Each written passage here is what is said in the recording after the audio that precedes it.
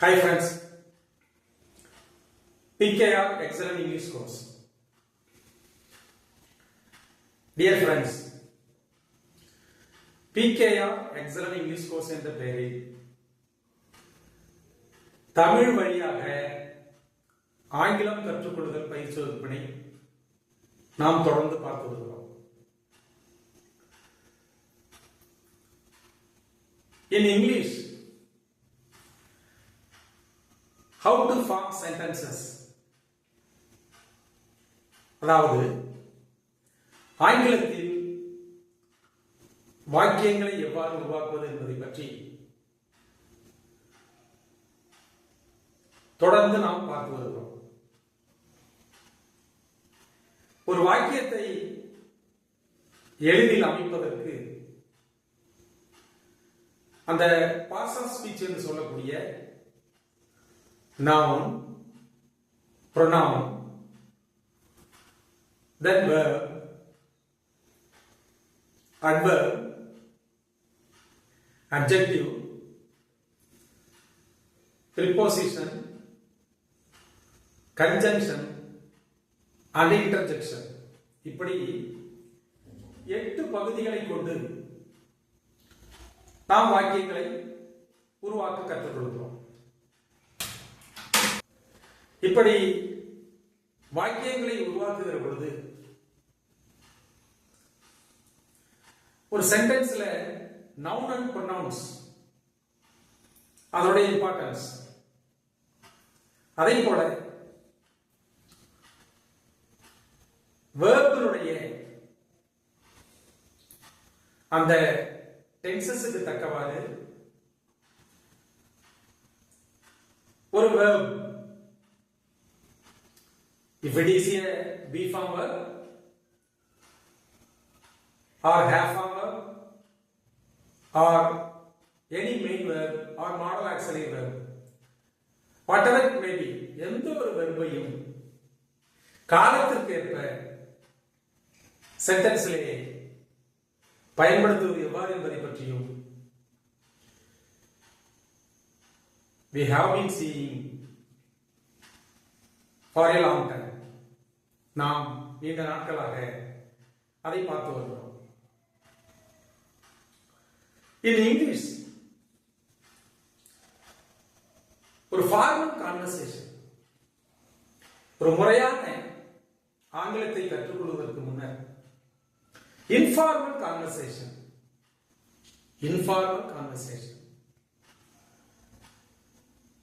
that is easy to follow. அதாவது spoken terms என்ற பெயரிலே ஒரு சில விஷயங்களை நாம் எளிமையாக பேசுகிற பொழுது, எழுதுகிற பொழுது ஆங்கிலத்திலே ஒரு வாக்கியம் நமக்கு எளிதிலே புரிய ஆரம்பிக்கிறது. ஆங்கிலம் நம் வசப்படுகிறது. அந்த வகையிலே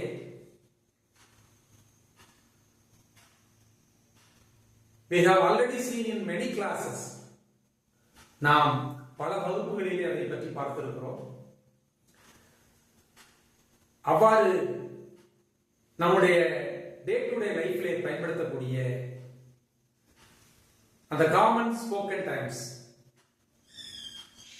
அவற்றை ரிமைண்ட் பண்ணி கொள்வதற்கான வகுப்பாக இன்றைய வகுப்படி நாம் எடுத்துக்கொள்கிறோம்.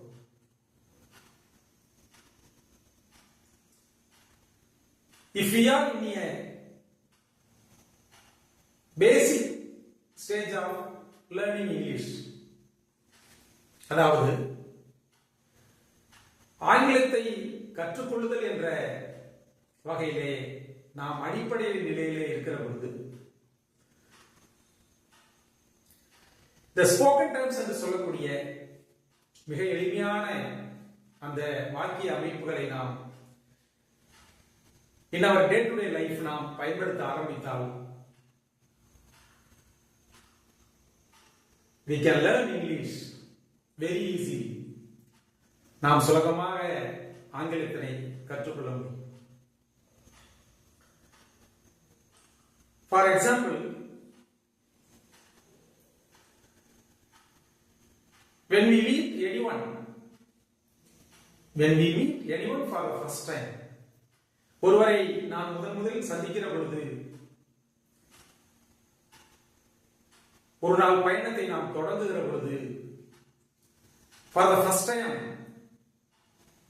we will meet anyone, யாராக இருந்தாலும் நாம் அவர்களை சந்திக்கும் பொழுது என்ன சொல்கிறோம்? Good morning, good morning friend, good morning brother, good morning sister, good morning Ramu, good morning sir. இப்படி அந்த காலை வணக்கம் என்பதோடு நம்முடைய வாழ்க்கையை தொடங்குகிறோம். அந்த குட் மார்னிங் என்பது என்ன? காலை வணக்கம், இன்றைய காலை பொழுது நன்றாக இருக்க வேண்டும், நல்ல பொழுதாக இருக்க வேண்டும். அந்த அடிப்படையிலே நல்ல காலை வணக்கம். It is the starting point of the day.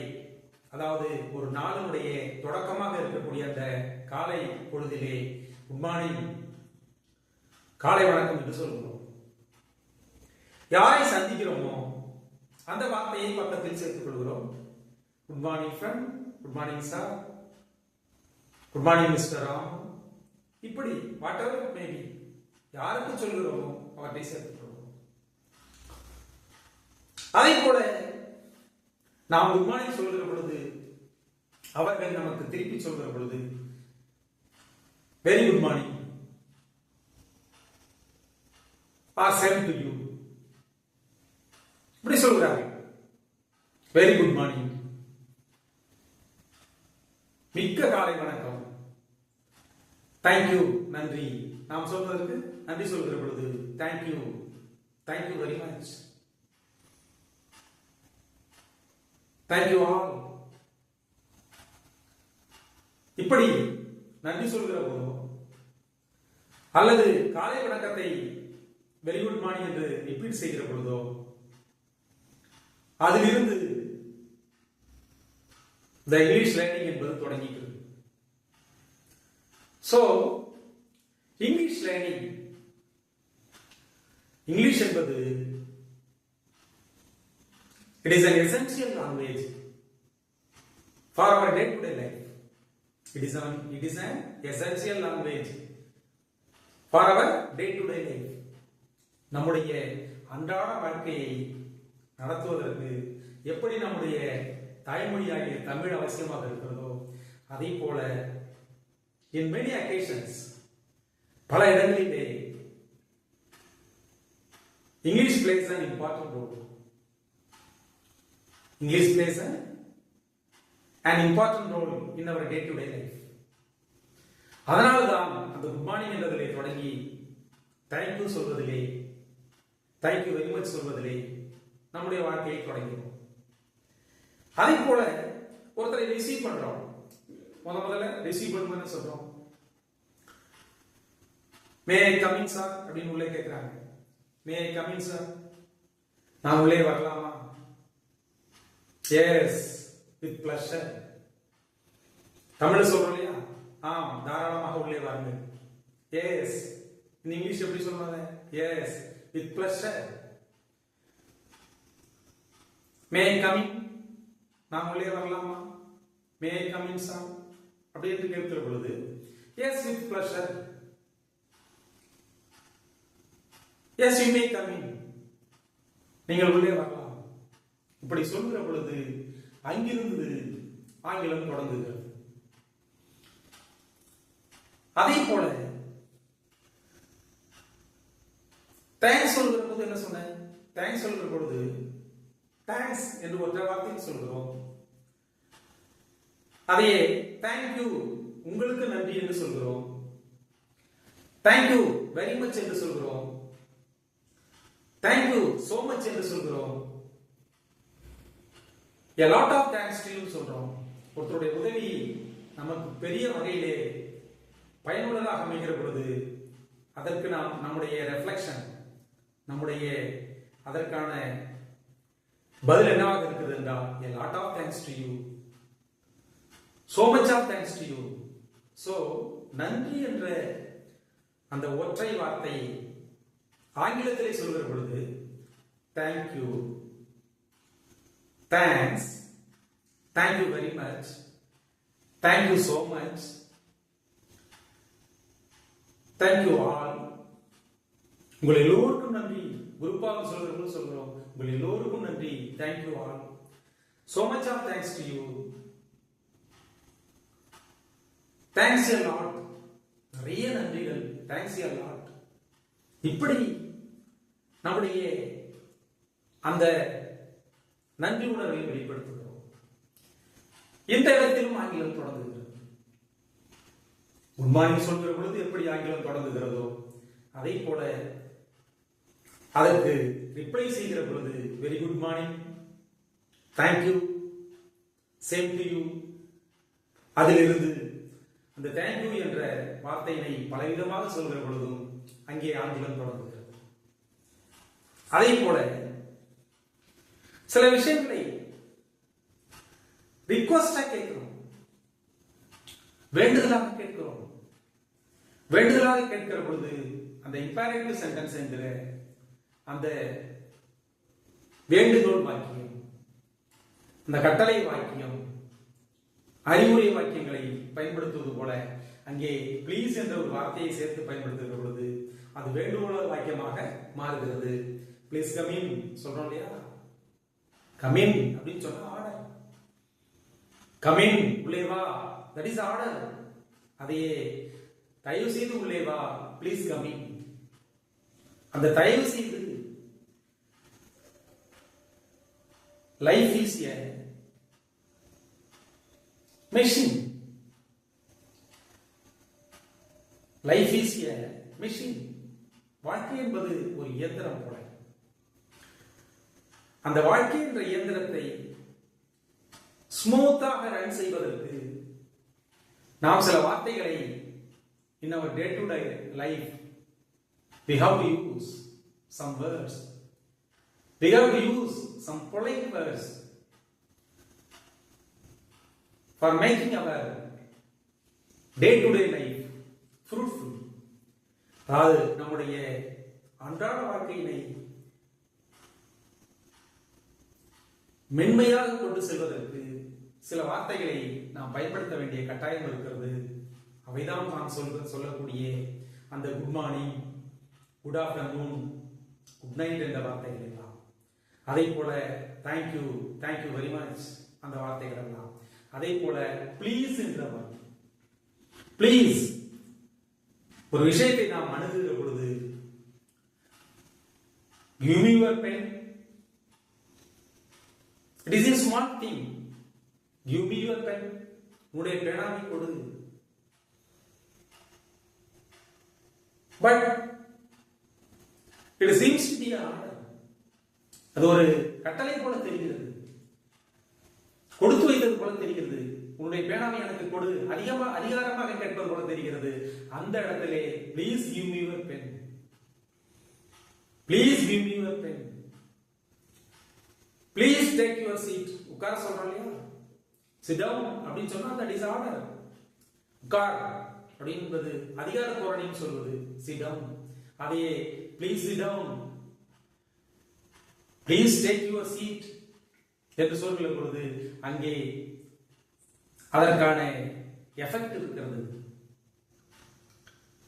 It is a smooth nature. It makes our life beautiful. நம்முடைய வாழ்க்கையை அழகானதாக மாற்றுகிறது. It makes our life fruitful. It makes our life fruitful. அதற்கான வார்த்தைகள் தான் தேங்க்ஸ் சொல்வது, குட் மார்னிங் சொல்வது, good afternoon சொல்வது, அதே போல ப்ளீஸ் என்ற வார்த்தையை பயன்படுத்துவது. இவற்றையெல்லாம் தான் நாம் இம்பேரேட்டிவ் சென்டென்சஸ் என்ற வகையிலே பார்க்கிறோம். So, imperative sentences, what is an imperative sentence? That means It denotes an order, an advice, and a request. That is imperative sentence. ஒரு வாக்கியத்திலே கட்டளையாக சொல்கிற பொழுது, வேண்டுகோளாக சொல்கிற பொழுது, அறிவுரையாக சொல்கிற பொழுது, it is called an imperative sentence. Imperative sentence. That is called an imperative sentence. இந்த மூன்றையும் சேர்த்து சொல்கிற ஒரு வாக்கிய அமைப்பு தான் இந்த imperative sentence என்பது. So,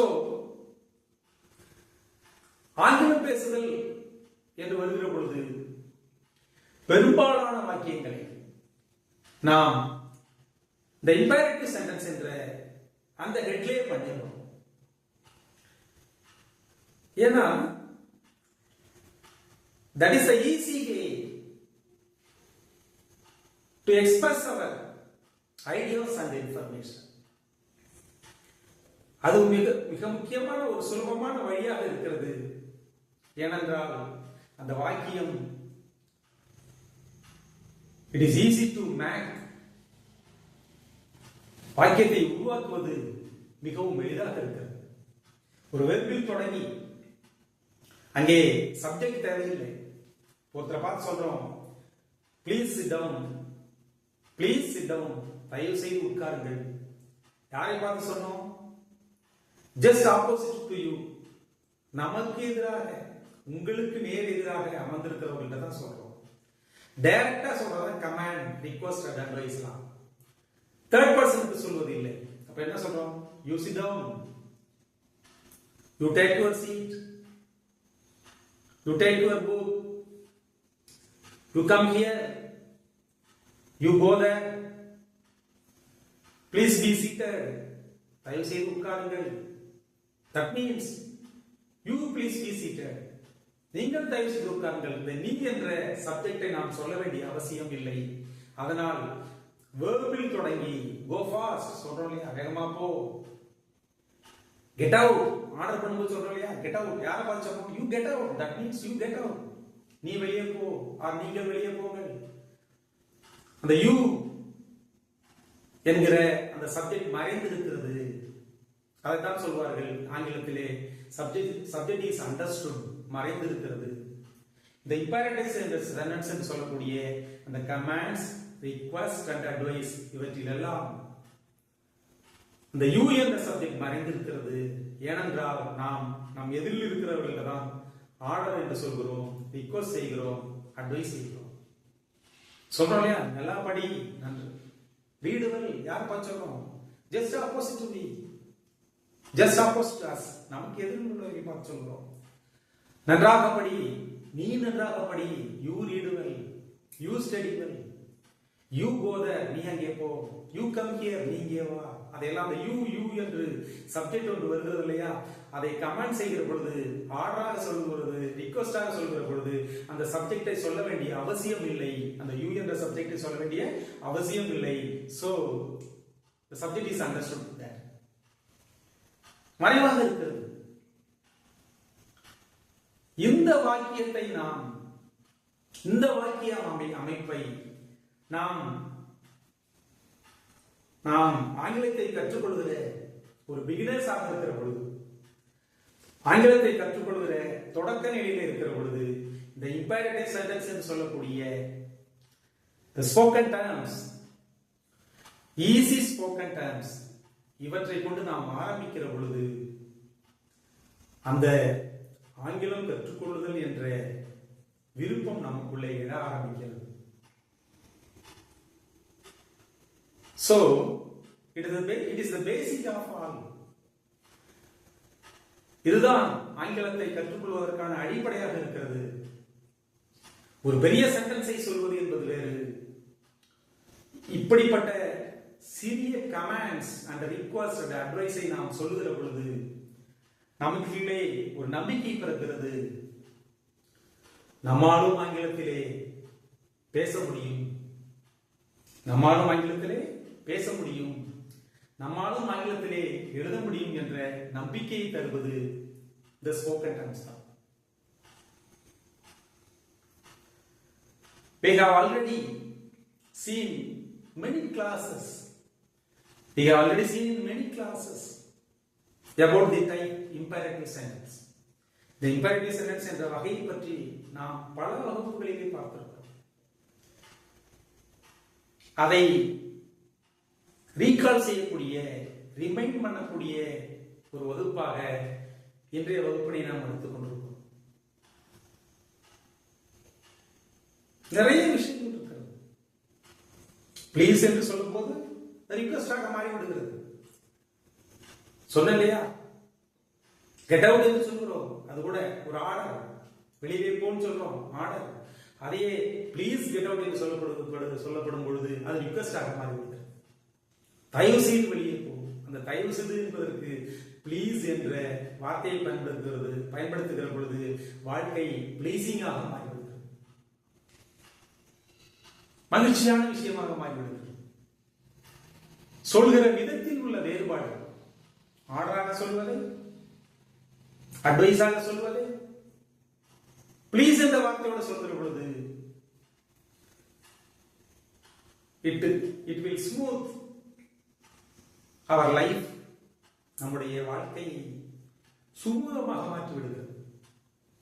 சோ ஒரு ஆர்டரை சொல்கிற பொழுது, ஒரு அட்வைஸை சொல்கிற பொழுது, அதையே ஒரு வேண்டுகோளாக சொல்கிற பொழுது பிளீஸ் என்ற வார்த்தையை நாம் சேர்த்து சொல்கிறோம். இந்த இடத்தில் எல்லாமே ஒரு வாக்கியம் வேர்போடு தொடங்குகிறது. இங்கே நாம் யூ என்ற சப்ஜெக்டை மறைத்து வைத்து சொல்கிறோம். அந்த யூ என்ற சப்ஜெக்டை நீ என்ற பொருளிலே சொல்கிறோம். நீ உட்கார், நீ எடு, நீ அங்கே போ, நீ இங்கே வா, நீ அதை படி. எல்லா இடத்திலும் இந்த யூ என்ற, நீ என்ற அந்த வார்த்தை, ஆங்கிலத்திலே யூ என்ற வார்த்தை வருகிறது என்பதனாலே அதனை நாம் கமெண்டாக சொல்கிற பொழுது, ஆர்டராக சொல்கிற பொழுது, அட்வைஸாக சொல்கிற பொழுது, ரிக்வெஸ்டாக சொல்கிற பொழுது we need not say this word you. நாம் அந்த யூ என்ற வார்த்தையை திரும்ப திரும்ப பயன்படுத்த வேண்டிய அவசியம் இல்லை நண்பர்களே. Dear friends, இந்த PKR Excellent English Course என்ற தமிழ் வழி ஆங்கிலம் கற்றுக்கொள்ளுதல் இந்த பயிற்சி வகுப்பினை நாம் தொடர்ந்து பார்த்து வருகிறோம். இந்த கிளாஸ் பிடிச்சிச்சுன்னா லைக் பண்ணுங்க, ஷேர் பண்ணுங்க, மறக்காம சப்ஸ்கிரைப் பண்ணுங்க. தொடர்ந்து அடுத்த ஒரு வகுப்புகளிலே நாம் ஆங்கிலத்திலே செய்தி வாக்கியம் எவ்வாறு உருவாக்குவது என்பதை பற்றி தொடர்ந்து பார்த்து வருகிறோம். அதிலே ஒரு மெயின் வெர்பினை பிரசன்ட் டென்ஸில் எவ்வாறு பயன்படுத்துவது, அதே போல பாஸ்ட் டென்ஸில் எவ்வாறு பயன்படுத்துவது, ஃபியூச்சர்ல எவ்வாறு பயன்படுத்துவது என்பதை பற்றி தொடர்ந்து கடந்த சில வாரங்களாக பார்த்து வருகிறோம். அந்த வகையிலே அடுத்த வகுப்பிலே பாஸ்ட் டென்ஸை பொறுத்தவரை we have already seen about past simple and past continuous. Past simple and past continuous இந்த இரண்டையும் கடந்த வகுப்பிலே கற்றுக்கொண்டிருக்கிறோம். அடுத்து ஒரு வகுப்பிலே past perfect and past perfect continuous, இதிலே ஒரு வெர்பை எவ்வாறு பயன்படுத்துவது, ஒரு சென்டென்ஸை எவ்வாறு ஆங்கிலத்திலே உருவாக்குவது என்பதை பற்றி அடுத்து வரும் வகுப்பிலே பார்க்க இருக்கிறோம். எனவே நண்பர்களே, தொடர்ந்து இந்த வகுப்பினை கவனித்து வாருங்கள். You can speak and right in English fluently. நிச்சயமாக உங்களால் ஆங்கிலத்திலே எளிதாக பேசவும் எழுதவும் முடியும். ஐ ஆம் ஷூர் அபவுட் இட். நான் உறுதியாக சொல்கிறேன், நிச்சயமாக உங்களால் முடியும். எனவே தொடர்ந்து வகுப்பினை கவனித்து வாருங்கள் நண்பர்களே. Thank you very much. We will see in the next class.